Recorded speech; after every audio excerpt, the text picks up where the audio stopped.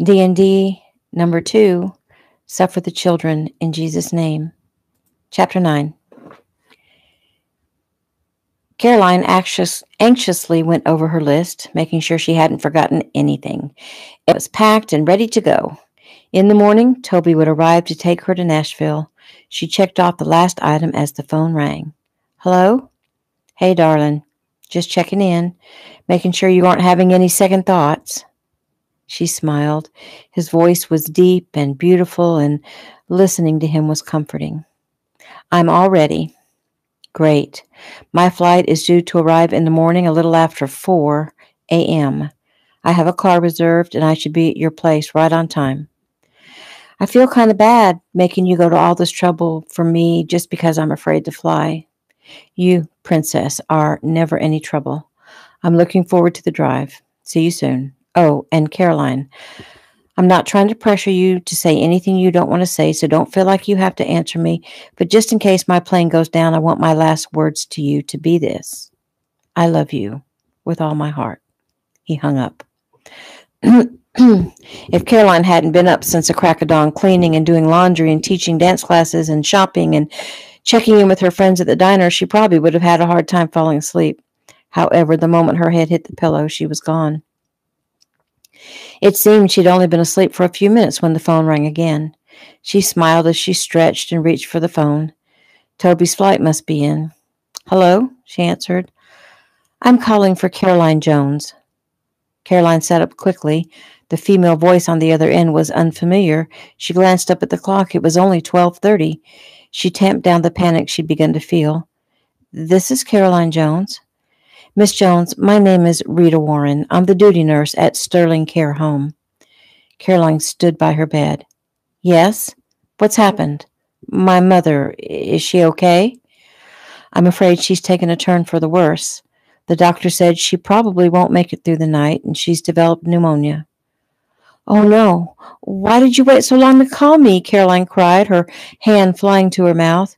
I'm sorry. It all happened so fast. She's asking for you, and I told her I would try to get hold of you. I'll help her to understand if you can't make it down. No, I'm coming.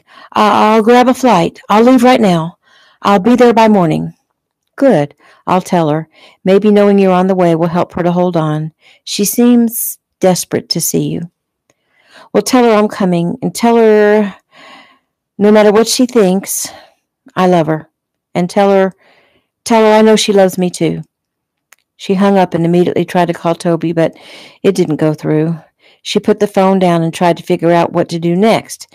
At least she didn't have to pack. Quickly, she penned a note for Toby on a sticky note and stuck it up to her door. She choked back the tears. He would be disappointed, but he would understand.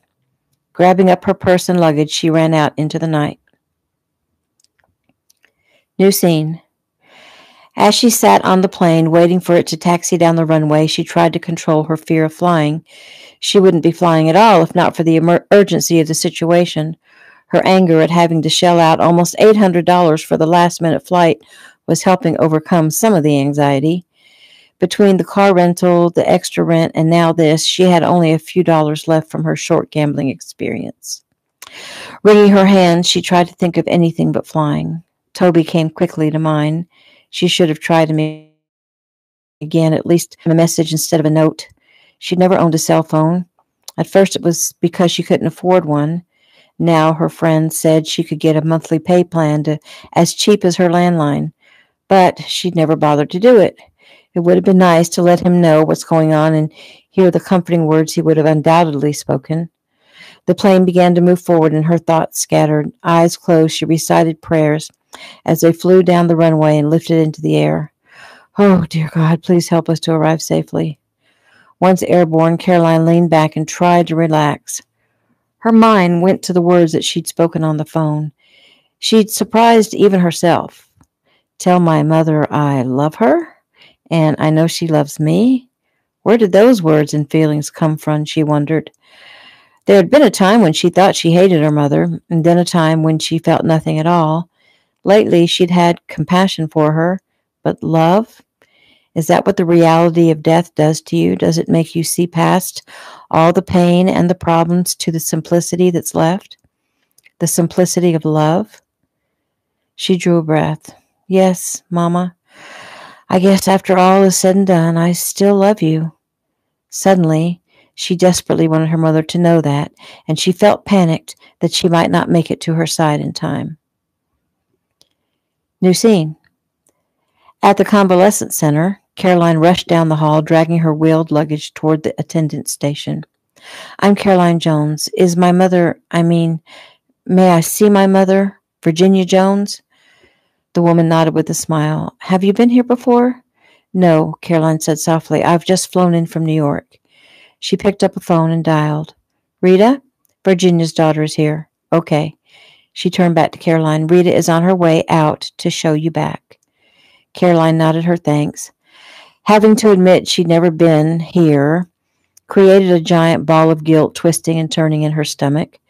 She hadn't visited her mother since the transfer from the older facility. She really hadn't had the money to travel or time to take off from work, but is that an excuse? Not when it's family, not when it's your mother. Miss Jones? Caroline turned. Yes. How is she? She's hanging in there. Follow me. You can leave your luggage there if you'd like. Thank you. Caroline followed the nurse past several doors and around a corner to her mother's room. Caroline found herself feeling more and more ashamed that she hadn't been to visit. It seemed as if there was never any time and definitely no money.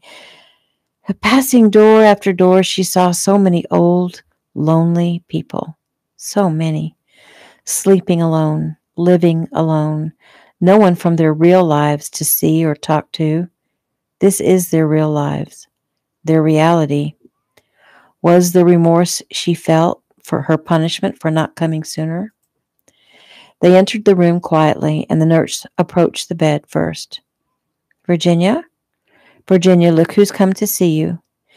The old, frail woman in the bed opened her eyes, and Caroline started to ask Ms. Warren if she was sure she had the correct room, as this woman looked nothing like her mother.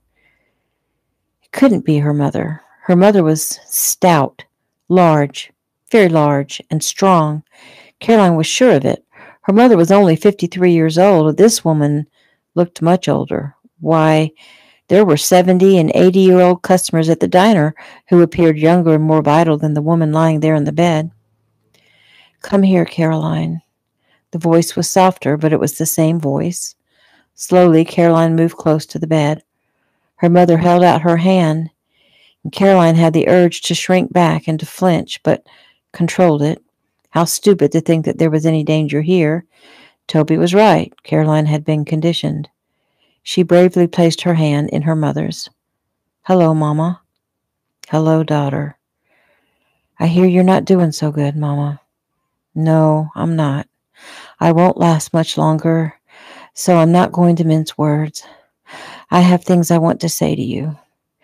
Yes, Mama, I'm here now, and we can talk all we want. No, we can't. Not all I want. Too late for that, so you listen now. You hear? Caroline nodded, finding her heart pounding with what? Fear? I know I was a horrible mother to you. No, Mama, it's okay. It's not okay. Stop arguing. You're wasting my time. Caroline became silent. Was her mother actually going to apologize for what she'd put Caroline through as a child? And why, now that it was happening, did Caroline feel like it's not necessary? Why did she feel like stopping her and like telling her not to worry about it? No problem, all is forgiven. I wanted to forget, Caroline. I wanted to pretend it never happened, but it did, didn't it? I mean, when you were a kid, I hurt you. It's okay, Mama. That was a long time ago, and I'm all grown now. Virginia jerked on her hand to stop her. If I ever teach you anything, girl, I want you to remember this one thing. Be honest with yourself and with everyone else. Caroline nodded. Honest, okay? And that's what I'm doing now. I'm being honest.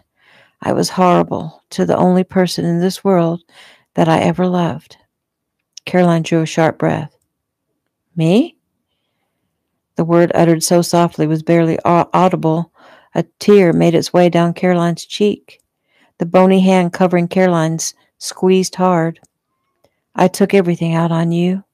For the longest time, I tried to blame you and him, but the truth is, Caroline, I'm to blame. No, Mama, it wasn't your fault. You couldn't help it. Lies. Honesty, remember? You're giving me back the same lies I told you when you were growing up.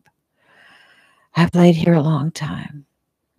I know. I'm sorry, Mama, Caroline cried. Stop it.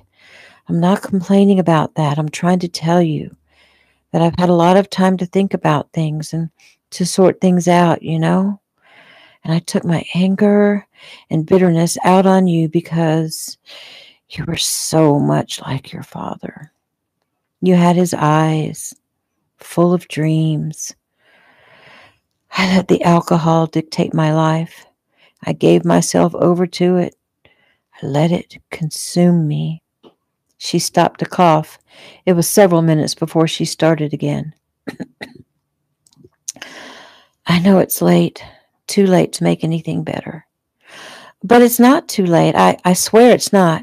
You saying what you're saying right now makes it better. I have no right to ask, but do you hate me, Caroline? No, the bony hand pulled again. Honesty, Caroline. Nothing but honesty. Caroline looked down, a full minute passing before she raised her eyes to meet her mom's. There were times I hated you, times I wished I could run away, even times I'd hope you'd... Hesitating for a moment, she forged on. I hoped you'd die. But I didn't mean it. Not really. Of course you did, and I can't blame you. She squeezed Caroline's hand. I have no right to ask this of you, but it seems I'm still a selfish woman. Can you forgive me? I forgive you, Mama. I wish I'd been able to help you. I knew you were sad, but I didn't know what to do for you, and I'm sorry I left you and went to New York. I should have been here for you. She was interrupted by another fit of coughing, and Ms. Warren had to step in and use a suction tool to help clear Virginia's passageway. Caroline thought she would be sick, and when her mother was silent again, she squeezed Caroline's hand. Not very pretty, huh? I did this to myself, Caroline. There wasn't anything you could have done to help. You were just a kid. You know, it's not so much the booze or the cigarettes as the bitterness. Bitterness will eat up your soul, Caroline. And I was bitter. And I hurt you. I know I did.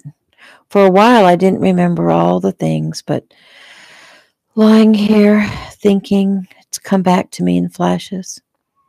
Tell me, Caroline, tell me you won't let what I did make you bitter. No, Mama, I'm not bitter. Sometimes I'm sad. I wondered why you didn't love me. I wondered what was wrong with me. I'm telling you now, there's nothing wrong with you. You were loved. I love you. She squeezed Caroline's hand, then pulled away. I'm so tired. Rest, Mama. I'll be here. She closed her eyes and smiled, giving Caroline a glimpse of the woman she'd been before everything went bad. I already feel better now that I've said my piece. I have to say thank you for coming, for the forgiveness. Caroline, I want you to be happy. She said the words just as another round of deep coughing began, and while the nurse took care of her mother, Caroline stood aside, and by the time she moved back, her mother was sleeping. Caroline took her hand. She hadn't been here for her mother for a long time. She would be here for her now. New scene. Toby wore a huge smile as he swung open the green door and ran up the steps to fetch Caroline. After weeks of agony, he was finally about to be reunited with the love of his life, and he was looking forward to their road trip. He arrived to find Caroline's door slightly ajar, and he pushed it open. Oh, dear Jesus. He felt the blood drain from his face as his eyes scanned the room. Tables lay on their sides, a lamp smashed to smithereens. The vase of silk flowers and framed pictures lay in bits and pieces near the radiator. Most notably, The blue baseball bat Caroline kept by the door now rested in the middle of the room, its barrel pointing to the pool of blood that ran from the head of the man who was sprawled across the floor, face down. "Caroline," he said, barely able to force the lone word from his throat. Panicked, Toby rushed through the apartment searching for her, terrified he would find her lying hurt, or worse. But the apartment was empty, save for himself and the body in the front room. He knelt beside the body, moving the bat slightly so he could turn him over. George Mancini. Toby felt for a pulse, and there was none. He was dead. Bile rose in Toby's throat. "Oh, no," he whispered. "How can this be? Caroline, where are you? What did he do to you?" He stood, taking in the room, trying to make out what had happened. Caroline and Mancini must have had another confrontation, and Mancini lost. Big time. He picked up the bat and pictured her taking a swing at him. She must have hit him with it, so where is she? She probably swung and took off. Maybe she doesn't even know he's dead. Maybe she thinks he's coming after her. Maybe she's hiding somewhere, unsure of what to do. Caroline is in big trouble, he thought, and she's probably terrified. What will happen, he wondered, when both she and the authorities find out she killed him? Will they arrest her? Will she have to stand trial? No, of course not. It was self-defense. Surely they'll see that and there will be no problems. But Lord, is there a possibility things could go wrong and she could end up in jail? Things like that happen all the time. As a matter of fact, they just released a man from prison after 27 years for a crime the DNA evidence finally proved he didn't commit. Toby shook his head as he imagined a jury pronouncing a guilty verdict. He saw Caroline's gasp of surprise, saw himself jump to his feet indignantly. No way could he take the chance that something like that could happen to Caroline. His mind went to the night he'd walked in on Mancini smacking Caroline around. Why is she always having to fend off people who want to do her harm? How could anyone want to hurt such a sweet person? He drew a decisive breath. She will never suffer again because of someone's violent act toward her. Not when I can easily do something about it, he declared softly. He hadn't noticed the scratching sound coming from the open door behind him. Too late, he did hear the woman talking to her dog as she came down the stairs from the third floor. "You come back here, Munchkin. You come here right now. You wait for me or I won't take you out at all." If Toby had been thinking straight, he would have closed the door, but it seemed everything was happening in slow motion. The woman arrived at Caroline's doorway and saw the man lying in a pool of blood with Toby, bat in hand, bending over the body. She began to scream, and there was instant commotion. The dog was barking madly. Toby dropped the bat, rose slowly, and turned to stare at the old woman. There was blood on his hands, and he absently wiped them on his jeans. And suddenly the hallway outside Caroline's apartment was filled with people. It seemed only a few seconds later, sirens announced the arrival of New York's finest. It had to have been longer than that, but Toby had been occupied thinking and planning. "That's him," the woman was pointing at Toby. He said he'd kill him, and now he has. What is the world coming to? Oh, my poor Munchkin, what are we going to do? Toby drew a deep breath. Caroline had paid all her life. She was not going to take the blame for this. He was happy she'd been able to get away and hoped she would go to her friends. They were streetwise enough to protect her and to make her keep her mouth shut, assuming, he thought grimly, that she's okay. His mind raced over the consequences of what he was about to do. So much for headlining the Nashville 4th of July festivities. The guys in the band will eventually find other work.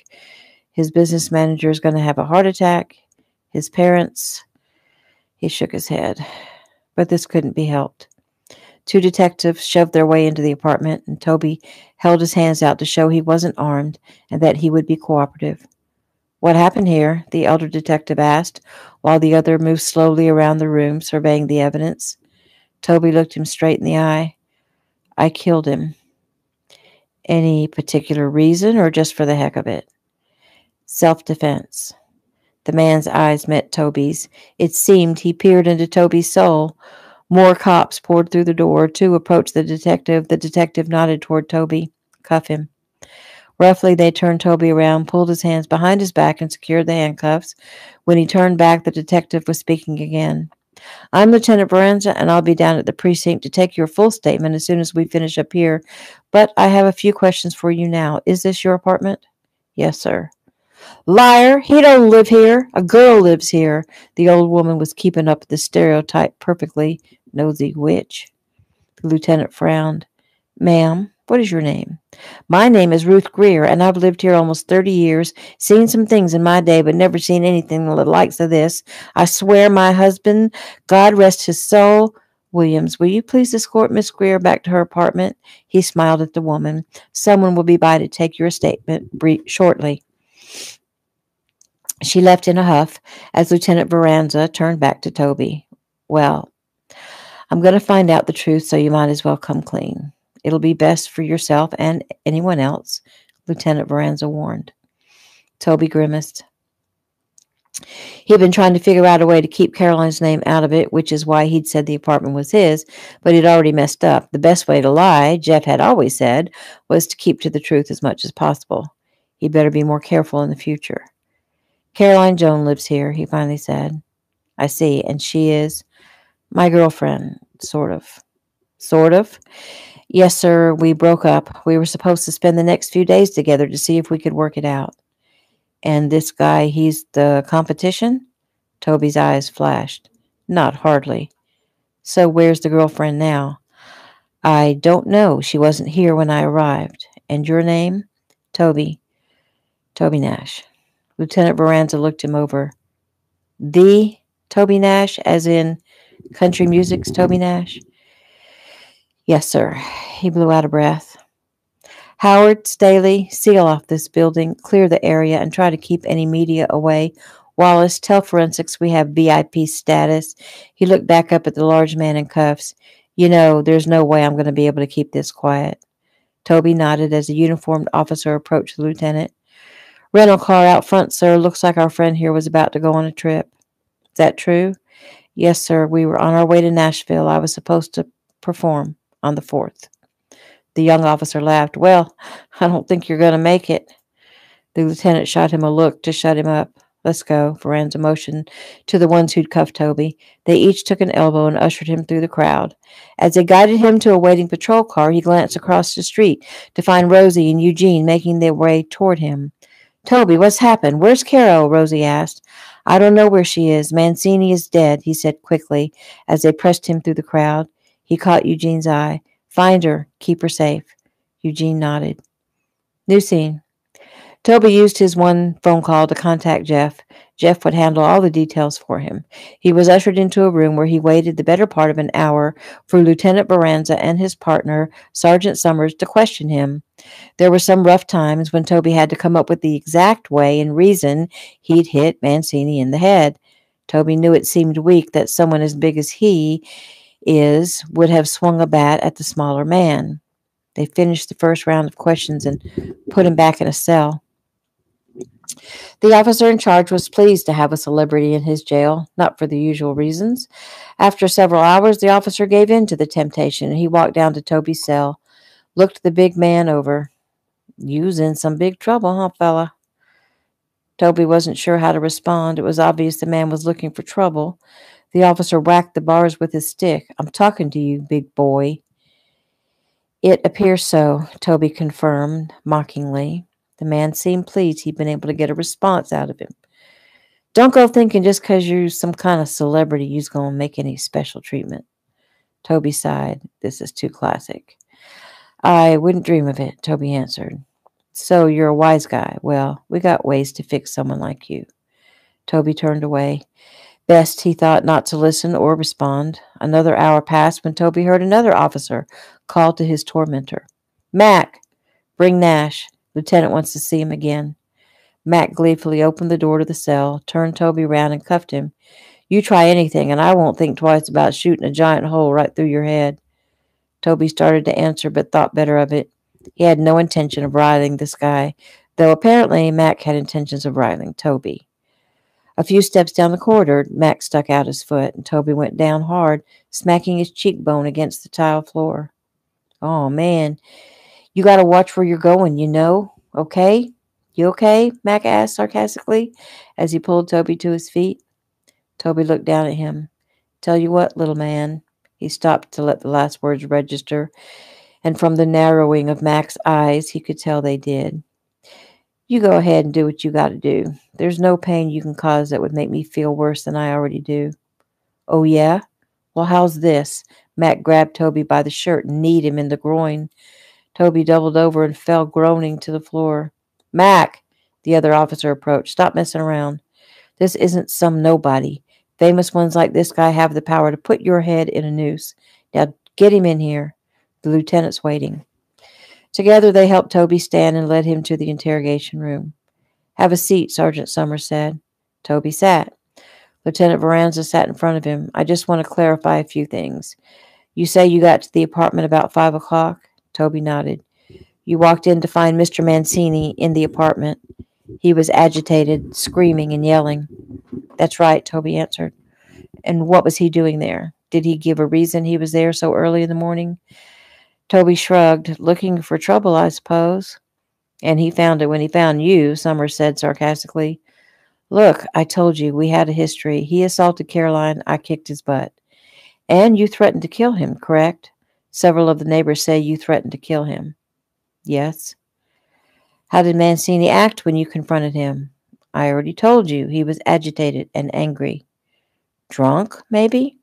Why haven't you told us he was very drunk at the time? Because he was, you know. Blood alcohol levels were over 2.4. Grimacing, Toby ran a hand through his hair. I figured that went without saying. Uh-huh. So you walk in about 5, you see no sign of Miss Jones, and ask Mancini what he's doing there? And he tells you whatever he wants, it's his building. Yes. Now tell me again, what happened then? The lieutenant prompted. Toby sighed. I asked him where Caroline was, and he said he didn't know. I told him to leave the apartment, and he refused. I went to grab him, and he picked up the bat. He swung it at me a few times, and finally he threw it at me, and I caught it, and he came at me, and we wrestled around the apartment, knocking things over. He grabbed a piece of broken glass and tried to cut me. I swung the bat. I didn't mean to kill him. I was just trying to get him to back off, and I misjudged the distance. I guess baseball's not your game, Summers interjected. I guess not. Except you were an All-American for Tennessee, Varanza added. Toby pressed his lips together. It's been a long time. Stick to the truth, he reminded himself. And a few minutes later, Mrs. Greer came down the hall and screamed. Yes, Toby said as he scrubbed his hands over his face. He was tired. He'd been up almost 36 hours straight, and he was worried sick about Caroline. Where did she run off to? Rosie and Eugene hadn't seen her, which is where he thought she would have gone. Jeff would be doing everything he could to find her, which was the only thing keeping him halfway calm right now. And where did you hit Mr. Mancini? In the back of the head. Well, you got that one right, Sergeant Summers mumbled. Lieutenant Varanza shot Summers a look before he returned his attention to Toby. Any idea where Caroline Jones could be? No. And you don't think it's strange that she's nowhere to be found? Yes, I think it's strange. Can't you see I'm worried sick about her? Or maybe Mancini got to her before you got to him. Toby could feel the blood drain from his face and the quick jump of adrenaline in the pit of his stomach. Toby, we're going to have to bring you up on murder one. Toby swallowed hard, the reality of his situation beginning to sink in. He was expecting this from the moment he made the decision, but actuality was much worse than imagination. He hoped his lawyer and good friend, Sam, was as good as his reputation. Too many witnesses say the same thing, the lieutenant continued. You threatened to kill this guy. You're a big man. You didn't have to kill him to subdue him. You got a good lawyer? Yes, sir. Good, you're going to need one. He coming in from out of town? Yes, sir, from Nashville. Well, if he doesn't get here by the close of business today, I'm afraid you're stuck until after the 4th. Toby only nodded. He didn't care about that. He would be behind bars a lot longer than a few days if things went against him, and he was beginning to realize that was not so far-fetched. Murder one? So much for thinking self-defense would get him off easy enough. He shook his head. He was worried about Caroline. Where is she? The lieutenant was right. Mancini did get to her, and she made short work of him, but what did he do to her? Is she injured? If she'd gone to a hospital, the cops would have heard by now. They opened the door and had Toby escorted back to his accommodations, where Mac was only too happy to have his celebrity back. In the squad room, Sergeant Summers turned to his partner. This guy's lying through his teeth. He no more committed that murder than you or I. Baranza nodded in agreement. I thought maybe the murder one would shake him, but he seemed pretty cool. Still, it may give him something to think about. Maybe he'll come clean. Nothing he says matches the preliminary forensic evidence we have. He's protecting someone, and I assume this Caroline Jones. Well, one thing is for certain, he doesn't know where she is. Did you see the look on his face when you mentioned something might have happened to her? Oh, he's definitely worried about her, but I think he knows she's okay. You're going to have to cut him loose, Sergeant Summers said. Preliminary time of death has been set at 1:30. He was on the flight roster. He didn't even arrive in New York until 3 hours later. Lieutenant Baranza sighed. Yeah, well, we're going to sit on that piece of information for as long as possible. You're courting disaster, messing with a celebrity. I'm hoping the girlfriend is going to feel bad enough to come forward. Think she will? Unless she's got a cold heart. Well, he'll be out on bail tomorrow unless his lawyer doesn't get here in time. Even then, he'll be out on the 5th for sure. We'll concentrate on finding the girl. New scene. Toby's lawyer, Samuel Wolfe, a good friend of the family and hotshot lawyer to boot, did not get to the courthouse in time to arrange a bail hearing. He did, however, arrange to talk to Toby. Sorry, Toby, I swear it was like everything in the world was trying to keep me from getting here. First, I couldn't find a flight out. Finally did. Then it was canceled. A seat opened up going to Philadelphia, and I took it and rented a car. It's okay, Sam. I needed some time to think anyway. Sam eyed his client. One cheek was bruised, and his upper lip was swollen. You look terrible. Did you get into a fight? Several. I've never seen anyone be able to get to you like that. Well, it's easier when my hands are cuffed behind my back. Toby smiled at the distressed look on Sam's face. It's okay. It's not okay, and I intend to file a complaint. Toby shook his head. Don't ruffle any feathers, Sam. It'll make me look like a crybaby, and I don't need any more bad publicity. Well, speaking of bad publicity, yours is up there with Jeffrey Dahmer. You're all they talk about on every news station across the country. Toby Nash commits murder. Country singer turns murderer. Not the good old boy everyone thought. It's terrible. Toby drew a deep breath. It hurt more than he thought it would. His career was over. Still, he'd said he'd take a bullet for her, and he would darn well do it without complaining or looking back. Caroline's life was worth any distress he had to face. The thought of her facing what he had thus far made him more determined than ever. He cleared his throat. Are you going to be able to get me out of this? Well, first things first, we have to get your bail set, and that won't happen for 2 days, maybe longer. Sometimes the celebrity status helps, and sometimes it hinders. Tell me about it. Once you're out, we'll build a case for self-defense. For now, tell me exactly what happened. Toby filled Sam in on every detail, at least every detail he'd given the police. When he was done, he sat back. So what do you think? I think they don't have squat. Murder one? Ridiculous. Sit back, relax, and let me do my thing. Toby nodded. He had nothing else to do. He was weary and his heart hurt, and he'd been so happy. He and Caroline had been about to spend 4 wonderful days together. He had been sure that they would have reconciled. He looked up at Sam. Is Jeff with you? Yes, he's just about made himself sick over you. He told me to tell you he hasn't found her yet, but he won't give up. Tell him I'm sorry about everything. I know I've screwed everyone. New scene. As July 5th dawned, Toby was awakened from a fitful sleep by a kick to his stomach. He rolled over, clutching his midsection. Let's go, Nash. He rose slowly. How about when I get out, you take that badge off and look me up? Matt grinned. Thanks for the invite. I just may take you up on that. Yeah, you do that. Sam must have arranged his bail, Toby thought, as they walked down the corridor, and Toby was truly happy about that. He hadn't eaten a decent meal in 3 days, hadn't slept, and hadn't been able to bathe. It was pretty bad when your own smell makes your eyes water. He entered the small room, and his heart dropped. Mom? Dad? What are you doing here? His voice broke. Oh, Toby. His mother threw her arms around his neck, crying and hugging him. Son, His dad hugged him and nodded at him.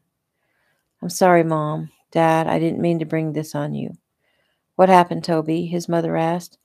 I don't have time to tell you everything. There's so much. Go to Eugene's diner, talk to Eugene and Rosie, and find Jeff. They'll tell you everything. His dad took him aside. They say you've admitted to killing a man. I just need to know, son, if it's true. Look me in the eye and tell me you did it. Toby looked at his father's face. He'd never lied to the man before.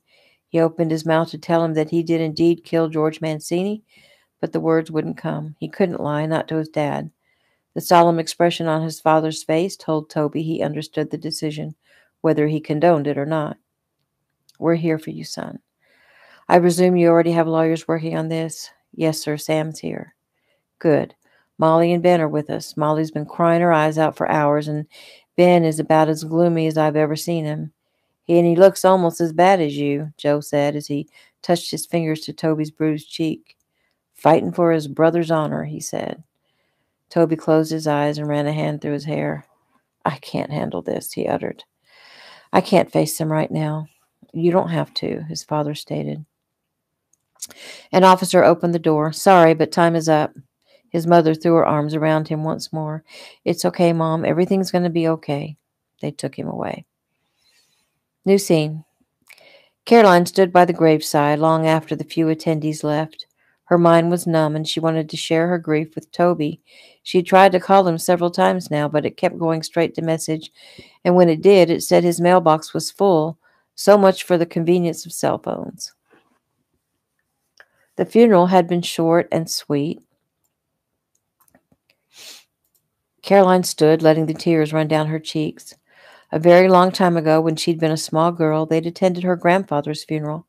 Her mother had told her it's okay when people die. We celebrate the life they had and don't cry over the death, her mother had said. Caroline couldn't find much to celebrate. There had been no time to make amends, no time to get to know the person who was her mother. Rita Warren took her head. You okay, sweetie? Slowly, Caroline raised her head to look at the wonderful person her mother had been blessed with to watch over her in her last days. Caroline smiled. Thank you, Rita, for all you've done. I'm so glad someone like you was here for her. People like you are certainly angels sent to take care of lost souls. Rita shrugged. I don't know about being an angel. It's just what I do, and I was happy to be there for your mom. I'm sorry for your loss, but at least I know Virginia suffers no more. New scene. When Toby walked from the jail, he should have felt free and happy to finally be out, but his heart was heavy. The press was out in droves, and some were kind and understanding, giving him the benefit of the doubt, and others were not so kind. He maintained that it was an accident, and he apologized to the public. His family was also there giving statements and showing their loyalty. Jeff stood on the courthouse steps, arms outstretched, and when Toby pulled away from the giant bear hug, he stepped back and shook Jeff's hand. You better be careful, or the next headline will have us as lovers. Toby was surprised to look past Jeff to see Ace and Billy Bob and Eugene and Rosie and Madame Pierre. He had a good many friends, real friends. He was a lucky man, notwithstanding the one he sought was not there. Caroline had not been since July 1st. She had not been seen since July 1st. Toby was worried sick. Had Mancini hurt her so badly that she'd wandered off to... He couldn't even think it. Where is she? Hiding? Maybe she had to be in hiding. When his cell phone rang, he answered it quickly. Nash, he said anxiously, hoping someone had word of Caroline. Rick Keno, the voice on the other end said. Keno, the famous martial arts movie star, met Toby the previous year at a charity function, and they'd hit it off immediately. Since then, they'd met up occasionally and kept in touch. Toby had immense respect for the younger man. Listen, Toby, I'm not going to keep you. I'm sure you have a lot to handle right now. I just wanted to call and let you know that I'm not falling for it. What do you mean? You didn't kill that guy. You're wrong. Don't even try it, Nash. But don't worry. Whatever reason you have for lying, which I'm presuming is to protect someone you love, I got your back. I'm just calling to let you know you need anything, you call me. I've got connections, really good connections. Got it? Got it, Toby conceded with a sigh. And don't worry about the press. They're fickle. You'll get it all back. You think? I know.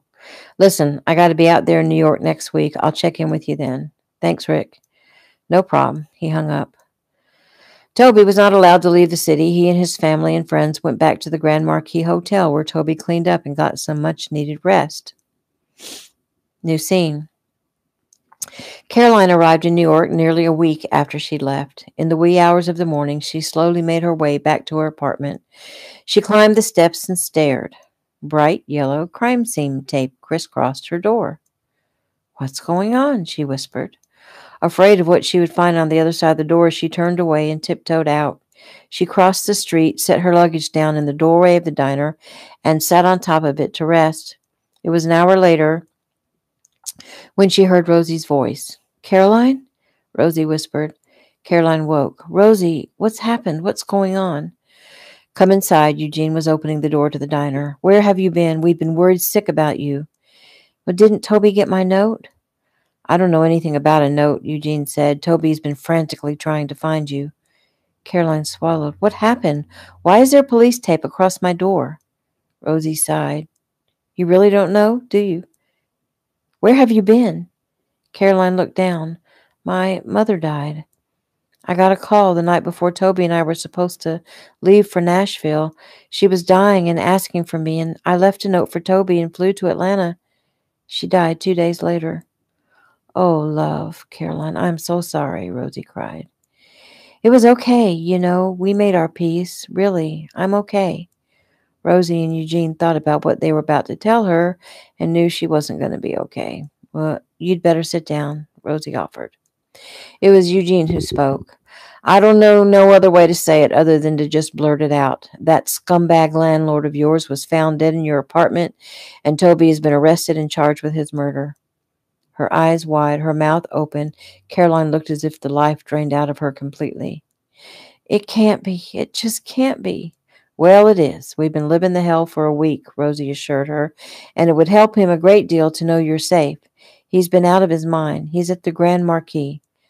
I'm going to call him right now and let him know you're here." "No, wait. Let me go there." Caroline's mind was working fast. She was consumed with guilt. Toby wouldn't even know who George Mancini was if not for her. She didn't know why they had tangled, but she did know Toby was strong enough to kill a man easily, and there was definitely no love lost between the two of them. She couldn't let this ruin Toby's life and career. "So, Toby didn't sing at the Nashville 4th of July celebration?" "Not unless he was singing Jailhouse Rock. He was still in jail then. He didn't make bail until 2 days ago." "No!" Caroline buried her face in her hands. "Has it been on the news?" "I can't believe you haven't heard anything. It's been the headlines for a week." "Her mother just passed away, Rosie. I imagine Caroline's been in her own little world." Caroline calmed herself. She had the power to help Toby, but she had to be smart, and she had to think and organize her thoughts. "Tell me how it happened," she demanded. "Tell me how Toby killed George." By the time Eugene finished speaking, Caroline had her plan. She left her luggage at the diner and told her friends she was going to the hotel to see Toby and she'd come back for the luggage later. She was lying. She wouldn't be going to see Toby at all. She arrived at the precinct by 7 that morning and asked for the detective in charge of the George Mancini homicide. She was led to a desk with Lieutenant Baranza on the nameplate. "He's probably getting coffee. He'll be here in a moment." The man who appeared was older, 50-ish, graying hair, mustache, nice build. He had kind eyes, and Caroline trusted him immediately. "May I help you?" he asked as he settled behind the desk. "Yes, sir. I know something about the George Mancini homicide." He leaned back casually in his chair, something he habitually did to keep from looking too eager. She had an adorable Southern accent, and this must be his missing girl. "You do?" "Yes, sir." "And just what do you know?" "I know that Toby Nash didn't do it." "And you know that how?" "Because I did it." "Did you?" "Yes, sir." "And you are, let me guess, Caroline Jones?" "Yes, sir." "Well, how about that?" And that is the end of chapter 9.